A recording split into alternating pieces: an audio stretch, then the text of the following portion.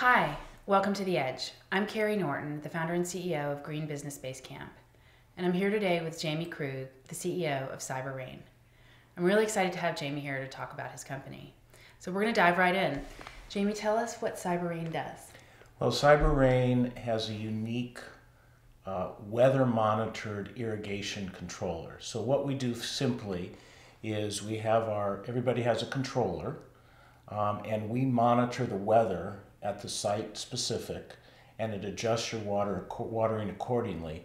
The value, of course, is about 50% of all water use is utilized outside for irrigation. Mm-hmm. So we can cut down up to 40% of the watering use by monitoring and adjusting the watering times daily to maximize water usage and plant health. Fantastic. So an example of a customer of yours might be a large hotel. Correct. Large hotel, large homeowners association, Warner Center out in the San Fernando Valley, large business complex, and even residential can utilize the system. And you're essentially, very simply, trying to help people save water. Absolutely. Save water, which is obviously, we know, a very valuable and precious resource and an expensive resource. And so I think what's so neat about the technology, it obviously has a very strong environmental benefit. But one thing I've learned in my years of being in the environmental side of business is that if your solution doesn't also have an economic benefit, it becomes very difficult to sell. Yeah. Well, we're going to dig into that a little bit more, but first I want to hear, you're a serial entrepreneur and very seasoned, and you hail most recently from Falcon Water-Free Urinals. What inspired you to make the move to CyberRain at this point in your career? Well, I was one of the founders of Falcon. I'd been there for almost 12 years. The company grew from 2 states and very few locations when we started to 50 countries around the world utilizing the technology. And it just seemed like the right time to change. CyberRain has very unique technology. One of the things that always frustrated me about Falcon was the pushback that we would get is people would have a hard time quantifying exactly how much water was being saved. We knew that it was 100% of every use was being saved, but it was hard to quantify. And what's so neat about CyberRain is that it is really sort of unique water management technology. And I think we have an opportunity to utilize this technology beyond irrigation controllers in a number of different ways, both inside and outside of a facility. Fantastic. Okay.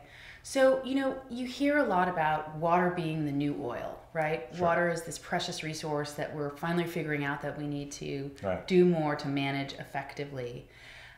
You obviously subscribe to that theory or you wouldn't be at CyberRain. Absolutely. Why do you think water is starting to take center stage among environmental issues? Well, I think that I'll give you a somewhat cynical answer, which is a little troubling to me, but it is. I think it's the reality. There's obviously, everybody projects 2024 a very significant water shortage throughout the world, but it's only becoming relevant now because the cost of water is going up dramatically. Water has always been subsidized. It is underpriced, not undervalued. So there hasn't been the focus on water that should have been there because it's been a fairly cheap resource. Now, if you look at the price of water, where it's going, and the double-digit increases per year, people are starting to pay attention to it because there's an economic reason to pay attention to it, not because everybody recognizes the true diminishing resource or the usage is going up, more people on the planet. But I think, unfortunately, it is the reality of it, but it is now becoming front and center because of the economic realities of it. Well, externalities are one of my, sort of hot button issues because I feel like, if we could better figure out how to accommodate for, the true costs of resources that we use and better reflect those in our pricing, then, we would get to this place of a better balance in terms of how we manage resources. So I'm excited, in fact, that prices are starting to be reflected in water in that way. Absolutely. So tell me, you faced I'm sure, a number of challenges throughout your career. What's a significant challenge that you faced that you had to figure out how to get through and get to the other side of? Help us understand that.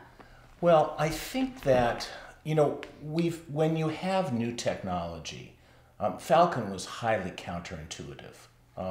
It just didn't seem possible to people. And when you have counterintuitive technology, it's very hard for people, other than early adopters, to really be willing to take that step. Because, again, when the price of water, for example, is not so significant, people are unwilling to take risks on anything new. So I think that the key you have to do is it's a building block. You have to start and create successes, because success begets success.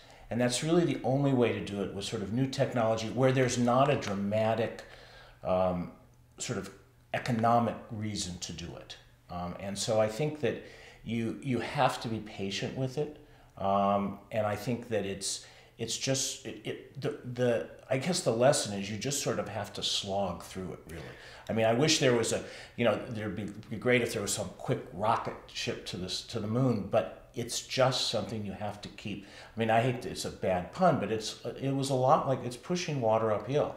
And as the technology becomes more recognized and the cost of the resource becomes greater, you start to see a convergence of people saying, I am going to take this step. And finally, what piece of advice might you have for an early stage entrepreneur who's trying to get into this space, broadly speaking, of environmental or sustainable business? I think you have to always be very certain of who your customer is. I think that's a really critical thing. I think, people can be very idealistic about it and say we're going to change the world, and it may make all the sense in the world, but you really have to understand who your customer is. And very often, at least in my area, it's facilities people, it's operational people, and they have a lot of different issues that they have to deal with every day. If you can't make something easier for them, they're going to have a hard time changing. So I think you have to really understand who your audience is, and not I think people will tend to sort of view it at 30,000 feet and say, I've got the greatest solution to save the world. But the person who's going to make that decision, that buying decision, is very practical, and you have to understand what his issues are in order to be successful at it. Got it. Well, on that note, thank you so much for your time today. My pleasure. And thanks for coming to The Edge with me. Absolutely. My pleasure. Thank you, Carrie.